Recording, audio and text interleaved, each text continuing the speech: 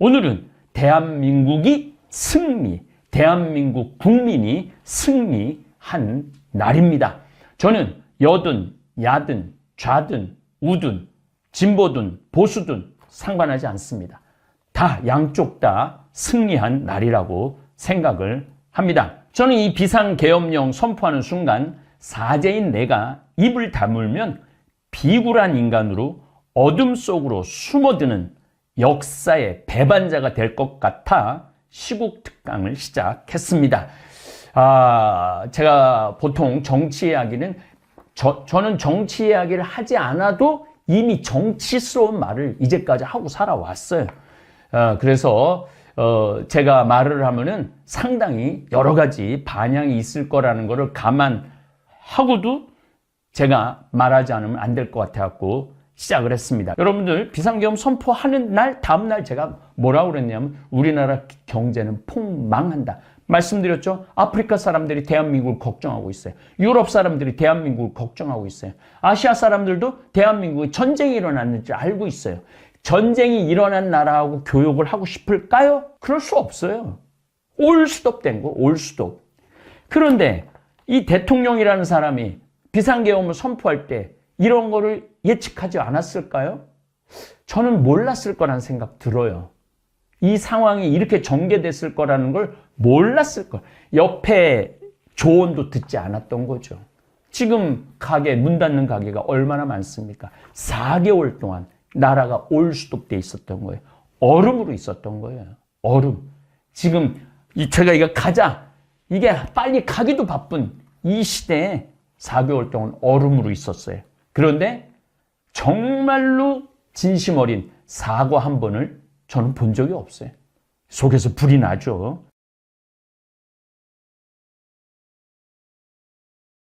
참여수님 반갑습니다. 시국특강 23번째입니다. 술판, 구판, 개판, 끝판입니다. 강의하기 전에 먼저 제가 할 일이 있습니다. 대한민국 만세! 만세! 만세입니다. 대한민국은 위대합니다. 2024년 12월 3일 밤 여의도에 모인 국민들은 위대했습니다. 10대 청소년부터 70대, 80대 노인에 이르기까지 수십만 명, 많게는 100만 명 정도가 모여서 비상계엄 철폐를 외쳤습니다. 그 어떤 폭력도 잊지 않았습니다. 국회의원들은 담을 넘어 의사당으로 들어갔고 본청 앞에서는 시민들과 계엄군들이 몸싸움을 하였지만 소극적인 몸싸움을 하였습니다. 1987년 6월 10일 항쟁 당시 저는 신학교 4학년이었습니다. 방학하는 날 본당 시무님에게 방학 인사를 드리고 곧바로 수원 북수동 성당에서 출발하는 시위대에 저는 합류를 했습니다. 집에 안 들어가고 수원 역전까지 밤이 깊도록 거리를 달리며 외쳤던 구호는 호언철폐, 독재 타도였습니다. 혈기왕성했던 저는 23살이었습니다. 처음에는 맨 뒤에서 시위를 참가하다가 어느새 맨 앞줄에 서서 호언철폐, 독재 타도를 외쳤습니다. 수원역 광장에 도착하니까 어느새 무장한 경찰들과 체류탄 발사하는 장갑차들이 도로를 수원이 삼거리에 수원 역전이 그래서 세류동에서 올라오는 거, 그 다음에 수원 농업대학 농대에서 오는 거, 그 다음에 수원 남문에서 가는 그 큰 길 경광장에 딱 시위대가 그때 제 기억으로는 뭐 한 10,000명 정도 됐던 것 같아요. 그 모든이 갑자기 체류탄을 기관총 쏴대듯이 광장 한가운데 모인 우리들을 향해 발사했습니다. 생전 처음 맡아보는 매운 체류가스에 정신이 혼비백산했습니다. 그리고 그 체류탄 쏘는 소리가 기관총 쏘는 소리 같아요. 눈물, 콧물 쏟아 역전 뒷골목으로 도망을 치니 거기 역전 뒤에 사창가가 있는데 사창가 앞에 어느새 아가씨들이 세숫다에 물을 받아 놓았습니다. 얼마나 고마웠던지 지금도 그 순간 그분들 그 따뜻한 세숫대와 수건 그 기억이 제 머릿속에 아직도 남아 있습니다.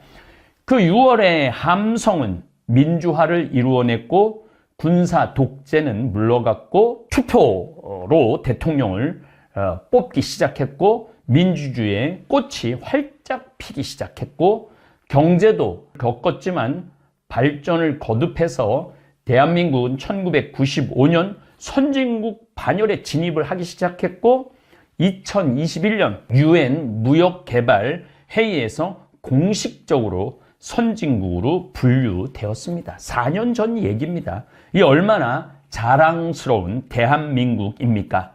세월은 흘러 거의 40년이 지난 2024년 12월 3일 윤석열 전 대통령은 밤 10시 반에 느닷없는 계엄령을 선포했습니다.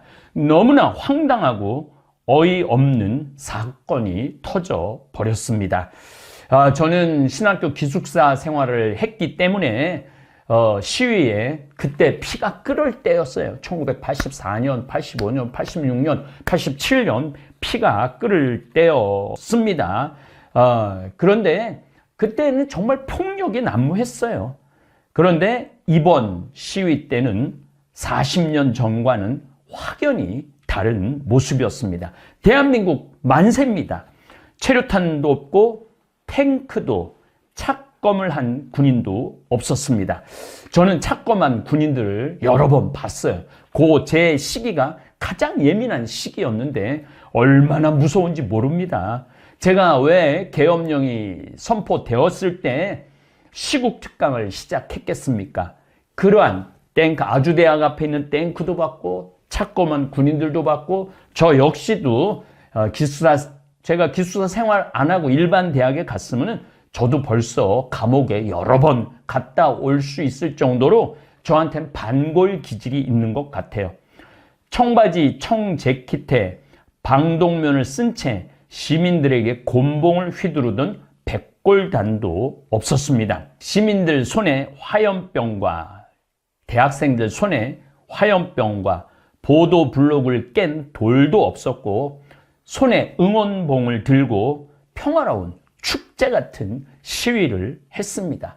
여러분들 지금 20대, 30대, 40대 되신 분들은 지금 제가 말씀드리는 거가 이해가 안 될 거예요. 이거는 우리나라는 시위, 데모가 아니라 축제입니다.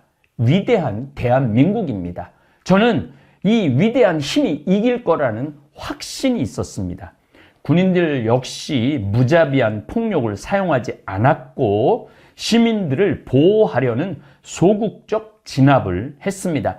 저는 국회에 모였을 때 밀어대는 시민들, 막아내는 군인들을 보면서 우리 1984년도에서는 벌써 곤봉으로 머리에 내리치고 머리통 깨진 학생들, 젊은이들 너무너무 많았을 겁니다. 아니, 아예 이번 군인들의 모습을 봤을 때는 진압 행위를 하지 않았다고 표현하는 게 훨씬 맞는 표현입니다.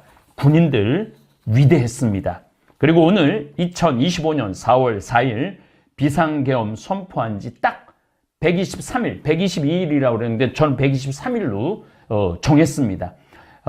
왜 그러냐면 2024년 12월 3일 1, 2, 3이잖아요.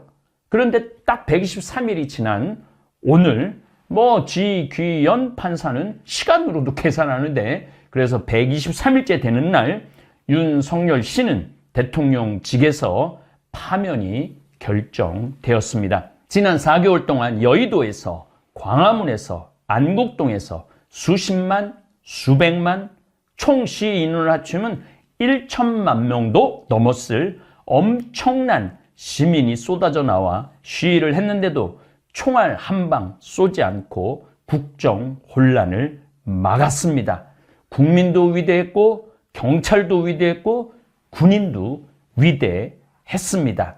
서부지방 법원 난입소동이 있어 옥에 튀긴 했지만 유럽이나 미국 시위대를 눈여겨본 저에게는 기적이라고밖에 표현할 길이 없습니다.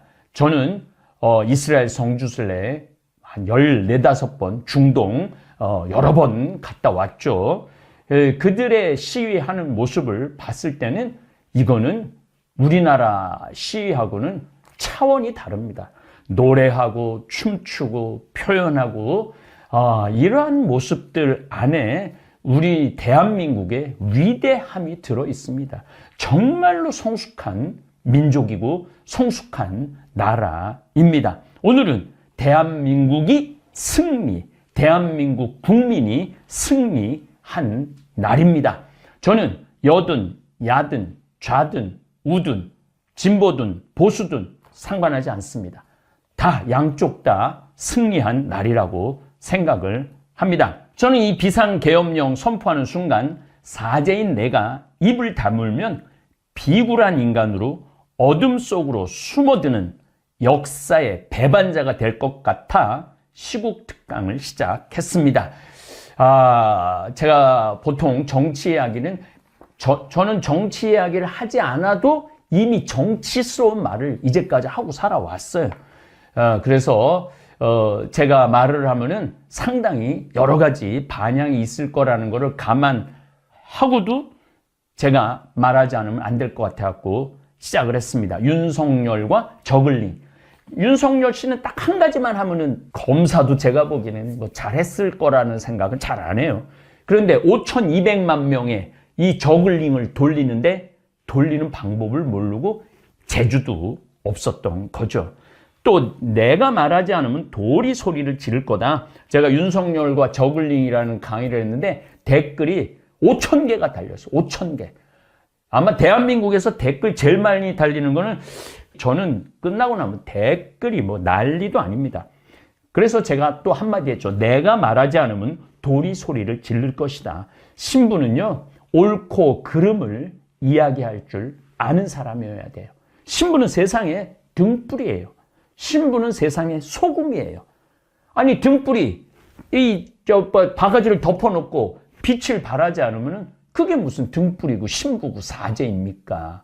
세상에 어떻게 소금 역할을 합니까? 예수님께서 너희는 세상의 빛이고 소금이 되라고 말씀을 하셨죠. 그래서 제가 말하지 않으면 도리 소리를 지를 거라고 말씀을 드렸습니다. 그리고 비상계엄 선포의 비극. 비상계엄은요, 여러분들 오늘 주교님을 만났는데 정말 기도 안 찬 얘기를 들었어요. 우리 지금 아프리카의 선교사 신부님, 수녀님들, 수도자들이 한 150명, 170명이 나가 있어요. 그런데 아프리카 정말로 어려운 나라에 가서 있는데 우리 한국 비상계엄령 선포된 뉴스를 알고 아프리카 신부님들이 잠비아에서, 모잠비크에서, 짐바브에에서 선교 나간 신부님들한테 한국 괜찮으냐고, 한국 큰일 났다고, 어떻게 하냐고, 전쟁 일어나면 어떻게 하느냐고, 한국에 귀국할 수 있느냐고, 우리 신부님들한테 걱정하는 안부 전화가 그렇게 많이 왔대요. 아프리카에서 우리가 아프리카를 도우러 갔는데, 그리고 민주화가 안 된 나라, 지금 전체가 거의 독재인 아프리카에서 대한민국 걱정하는 안부 전화를 했다는 거예요. 또 우리 주교님은 국제회의도 많이 하시고 그러는데 국제회의에 주교님들끼리 서로 소통하는 채널이 있대요. 그랬더니 독일에서 프랑스에서 주교님들이 한국 괜찮으냐고 그렇게 이게 비상계엄의 비극이에요. 비상계엄이라는 건요, 아무 일도 없었다고 그러는 대통령의 그 입을 볼 때, 오늘은 이제 대통령이 이제 직에서는 정말로 신부가 이런 말을 하면 안 되겠지만은 자제하겠습니다. 그냥 벽을 때리고 싶어요. 벽을 때리고 싶은 마음입니다. 비상계엄령과 선포와 술에 대한 얘기도 했습니다. 술 먹을 수 있죠. 그리고 인류 최초의 음료가 포도주입니다. 어떻게 보면 인간에게 준 선물이 술일 수도 있죠. 하지만은 대통령은 다릅니다. 대통령은요, 5,200만 명의 목숨을 책임지는 사람이에요. 그런데 이 대통령이 늘 술 속에서 쩔어 있다라는. 그리고 뭐 댓글에 태극기 댓글에 황신부님이라고도 안 그러죠. 야, 너 윤석열 대통령님께서 술 마시는 거 봤냐고. 봤어요. 아주 모든 방송에 술 마시는 게 나와요. 왜 그게 눈에 안 보이는지 몰라요. 한나라 노무현 대통령은 내가 임기 동안 이 중요한 결정을 해야 되는 중, 그러니까 저기 건배를 할 때도 포도 주스를 마셨다는 거 아니에요. 포도 주스. 그만큼 대통령은 막중한 임무를 갖고 있는 사람입니다. 비상계엄 선포와 무속, 이게 무속 논란이 왕자를 3번을 새기고 나왔어요. 왕자를. 이게 말이야 발이야, 그런 말이 있죠. 왕자를 3번을 회의할 때, 토론할 때 이걸 새기고 나온, 이게 용인이 되는 이 우리 사회가 정말 가슴이 아프죠. 가슴이 아파요. 그 와중에도 지금 탄핵이 인용이 된 게 저는 기적이라고 생각하고 승리라고 생각을 하는 겁니다. 비상계엄 선포와 대한민국 경제의 비애라는 말씀을 드렸어요. 여러분들 비상계엄 선포하는 날 다음 날 제가 뭐라고 그랬냐면 우리나라 경제는 폭망한다 말씀드렸죠. 아프리카 사람들이 대한민국을 걱정하고 있어요. 유럽 사람들이 대한민국을 걱정하고 있어요. 아시아 사람들도 대한민국에 전쟁이 일어났는지 알고 있어요. 전쟁이 일어난 나라하고 교역을 하고 싶을까요? 그럴 수 없어요. 올스톱 된 거, 올스톱. 그런데 이 대통령이라는 사람이 비상계엄을 선포할 때 이런 거를 예측하지 않았을까요? 저는 몰랐을 거라는 생각 들어요. 이 상황이 이렇게 전개됐을 거라는 걸 몰랐을 걸. 옆에 조언도 듣지 않았던 거죠. 지금 문 닫는 가게가 얼마나 많습니까? 4개월 동안 나라가 올스톱돼 있었던 거예요. 얼음으로 있었던 거예요. 얼음. 지금 제가 이거 이게 빨리 가기도 바쁜 이 시대에 4개월 동안 얼음으로 있었어요. 그런데 정말로 진심 어린 사과 한 번을 저는 본 적이 없어요. 속에서 불이 나죠. 그 다음에 태극기 부대의 댓글 만평에 대한 얘기를 했습니다. 댓글 다는 거 좋아요. 그런데 옷을 벗어라. 왜 이렇게 야한 얘기를 해요? 왜 자꾸 저보러 옷을 벗으라고 그래? 우리 김용태 대전교구 신부님도 왜 자꾸 자기 보러 옷을 벗으라고 그러느냐고 그러는데 나한테도 자꾸 옷을 벗으래. 옷을 벗으면 그냥 나체로 돌아다니려는 건지 뭔지. 그래갖고 인신 공격을 인격 모독으로 댓글을 다는 분들이 참 많았어요. 그래서 그런 것들이 우리가 의견을 표현하는 데 있어서 좀 미성숙한 것에 대해 말씀을 드렸습니다. 비상계엄 선포 때문에 70년 공든탑이 무너졌죠. 무너졌어요. 이거 다시 일으켜 세우는데 우리 굉장한 국가적인 에너지, 힘이 필요할 겁니다. 70년 동안 우리가 얼마나 힘들게 이 나라를 일으켜 왔어요. 6.25 전쟁 끝나고 난 다음에 그 사이에 여수 반란 사건 때 계엄령 있었죠. 6.25 전쟁 때 계엄이 있었죠. 1970 유신 헌법할 때 계엄령 있었죠. 4.19 혁명 일어났을 때 계엄령 일어났었죠. 그 다음에 1980년 광주 때 계엄령 일어났었죠. 그 모든 걸 뚫고 이렇게 안정된 나라를 끌고 왔는데 이걸 하루아침에 무너뜨려 버린 거죠. 너무너무 안타까운 거예요. 너무 가슴이 아픈 거예요. 그리고 제가 제일 가슴 아픈 거는 있는 사람은 아무 상관없어요. 가난한 사람, 약자들, 정말로 소외된 사람들, 이런 사람들이 고통으로 내몰리는 거죠. 비상계엄령보다 더 시급한 AI, 인공지능 시대 완2를 또 강의를 했습니다. 우리가 미래 먹을거리는요, 이제 인공지능이에요. 우리가 IT로, 김대중 시절 때 IT로 IMF를 극복하고 IT로 2020년까지 우리가 선진국, 21년에 선진국으로 들어선 거예요. 지금 이 AI를 우리가 잡지 못하면은 우리는 다시 중진국으로, 후진국으로 떨어질 수 있습니다. 그러니까 온 나라의 역량을 집중해갖고 이게 여러분들 AI가 AI를 위해서는요, 대학 편제도 다 바꿔야 돼요. 중고등학교 편제도 다 바꿔야 돼요. 국가 시스템도 바꿔야 돼요. 인재를 양성하는 대로 국가 모든 재능을 다 쏟아 넣어야 됩니다. 그런데 지금 여기 제가 내 얘기 나오겠지만은 의료로 인재를 다 뺏기고 있잖아요. 그리고 윤석열 정부의 국정과제 의료개혁에 대한 말씀 제가 드렸어요. 지금 다시 원상태로 들어갔잖아요. 나라를 2년 동안 병원을 올스톱 시켜놓고 의대도 올스톱 시켜놓고 이게 지도자가 할 일입니까? 이게 이런 교육이라는 건 100년 동안 연구하고 고뇌하고 고민해야 되는 것들인데 하루아침에 2,000명을 증원한다고 그러는 게 다시 3,024명인가로 다시 돌아갔죠. 참 안타까운 일들이 너무너무 2년 반 동안 많이 벌어진 거예요. 연금 개혁, 이 연금 우리 나라 개혁해야 돼요. 이것도 나라 전체를 이렇게 다시 빌드업을 해야 되는 거예요. 다시 빌딩 세워야 되는 연금 개혁. 이것도 제자리 걸음이었습니다. 노동 개혁은 뒷걸음질 지금 치고 있고. 그러다 하다 안 되니까 제가 이제 생각을 해봤어요. 이 나라의 지금 불행은 뭐로부터 시작됐나? 윤석열 전 대통령의 술판으로 시작됐다는 생각을 해요. 국정, 정치를 하는 사람은요, 정말로 연구하고 공부하고 들어야 돼요. 자, 이 듣는 얘기를 좀 할게요. 솔로몬이, 하느님이 꿈에 나타났어요. 너 뭐를 원하냐? 황금을 원하냐? 권력을 원하느냐? 재능을 원하느냐? 네가 원하는 거 다 해주겠다. 근데 솔로몬이 뭐라고 그랬느냐 하면은 듣는 마음을 가지게 해주소서. 듣는 마음을 저에게 주십시오. 지도자는요, 들어야 돼요. 지도자는. 그런데 윤석열 전 대통령은 1시간 동안 회의를 하거나 서로 뭘 하면 55분은 대통령이 말을 한다는 거예요. 대통령은요, 모든 전문가들의 이야기를 듣고 그 들은 거를 자기 고문들이나 수석들하고 상의를 해갖고 그리고 결정하는 거예요. 그리고 대통령이 다 합니까? 대통령이 전능합니까? 그렇지 않아요. 저는 이번에 그 피청구인으로 나온 윤석열 전 대통령을 보면서 저 사람은 듣는 연습이 안 돼 있는 사람이구나. 말하는 사람이구나.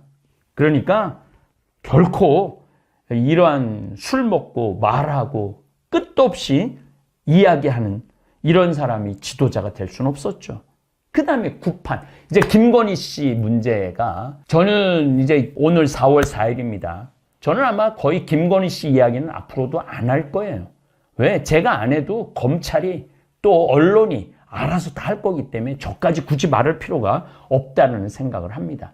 그러다 보니까 대통령은 술, 대통령 부인은 굿, 그리고 그 주변에 있는 사람들이 전부 다 무속에 관련된 사람, 완전 전문가가 아니라 뭔가 좀 떨어지는 사람들이 대통령주의, 또 대통령 부인 포섭을 하고 있었어요. 그러니까 이 나라가 개판이 되는 거죠. 개판이 됐잖아요. 여러분들, 정말 여러분들, 우리 다볼교우들 이렇게 뉴스 보면은, 개판이구나. 이런 생각 많이 들지 않아요? 아니, 무슨 G귀현이라는 판사는 시간으로 해갖고 대통령 구속 그거 합당하지 않다고 풀어놓고, 심우정 맞아? 맞아? 심우정이라는 총장은 이거 뭐야, 항소 안 해갖고 풀어주고. 이게 헌법이라는 건 약속이에요. 이 헌법이 무너지면은요, 약속이 무너지면 사회 질서가 무너지고 국가 기강이 없어지는 거예요. 그러니까 개판이 된 거죠. 그러나 이런 술판, 구판, 개판을 국민들이 좌시하지 않았죠. 언론들이 가만히 있지 않았죠. 기존의 언론들은 아마 역할을 많이 빼앗길 거예요.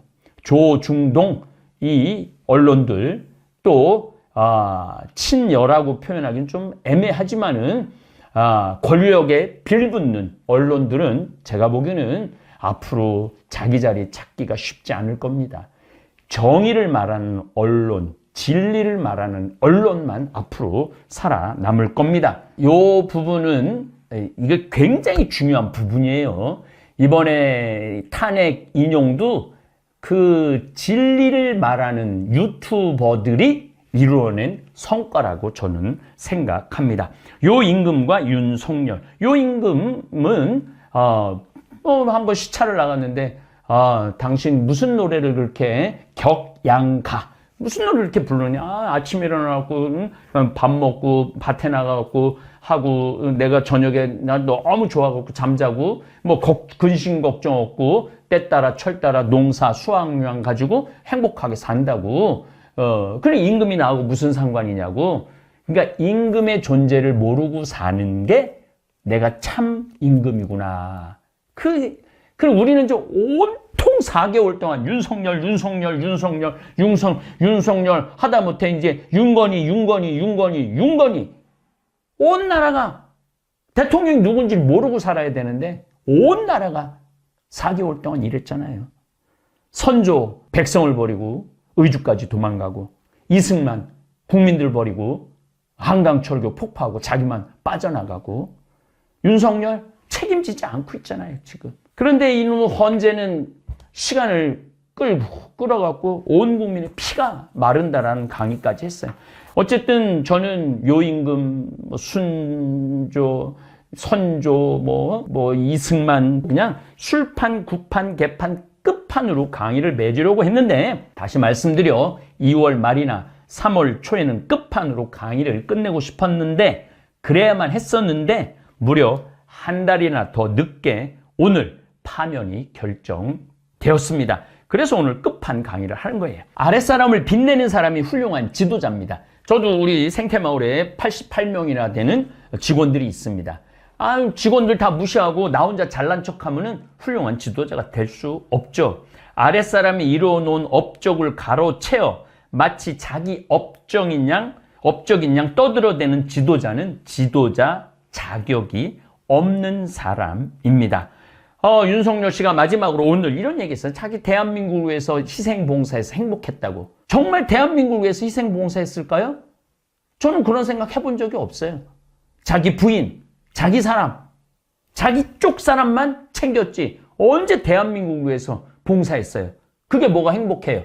자, 종북 반국가 세력을 일거에 처단한다. 이게 계엄령 포고 때 내가 오죽하면 외우겠어요. 이 원고도 안 보고 종북. 여러분들 지금 북한 따르는 사람이 어디 있어요? 찢어지게 가난한 북한, 독재, 자유가 없는, 종교의 자유도 없는 북한을 종북하는 사람이 어디 있습니까?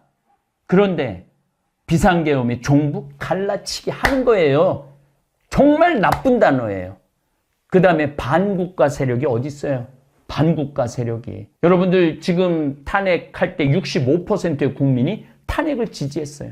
그 사람들이 반국가 세력이라고 생각하면은 그거는 대통령 될 자격이 이미 사라진 거죠. 일거에 처단한다. 제가 여러 가지 때 말씀드렸지만은 사람의 언어 안에요. 무시무시한 게 들어있어. 일거.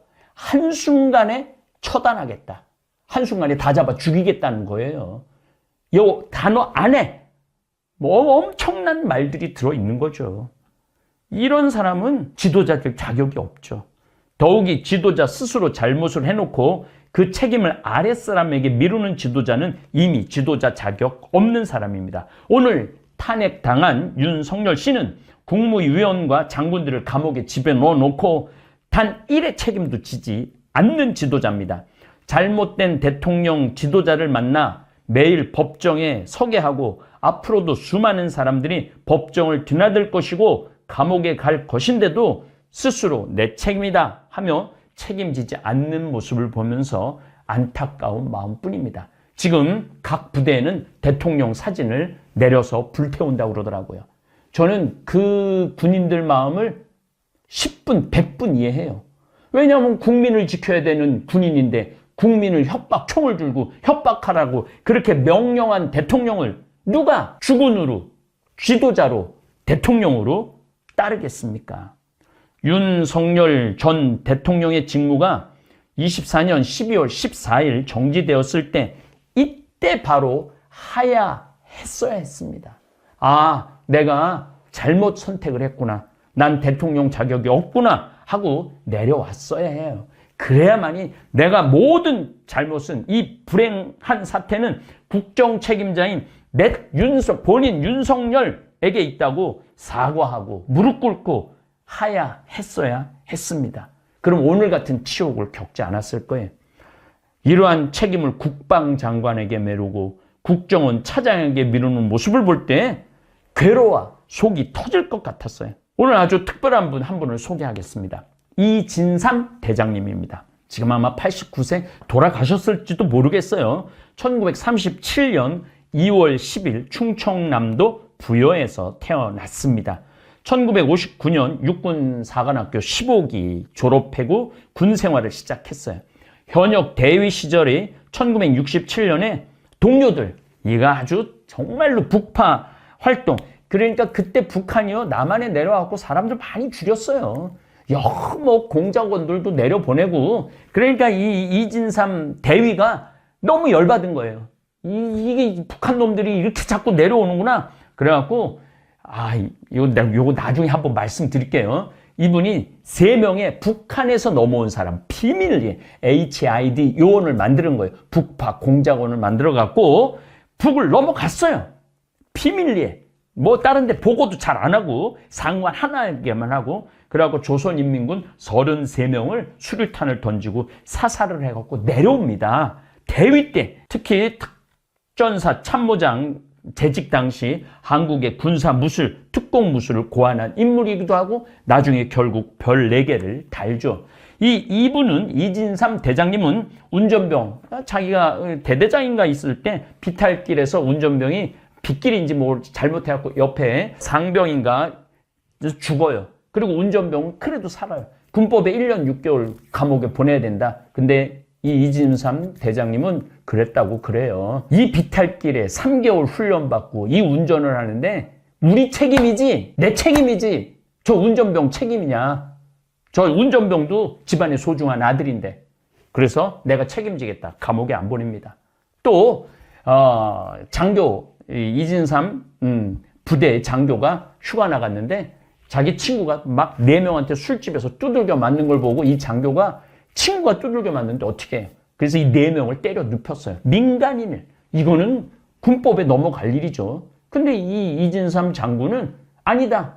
친구가 맞는데 가만히 쳐다볼 인간이 어디 있느냐? 내가 책임지겠다. 군법에 넘기지 말아라. 이렇게 책임을 지는 장군이에요. 책임을 지는. 그리고 이분은 사단장 때도 사병하고 같이 구보를 한 분이에요.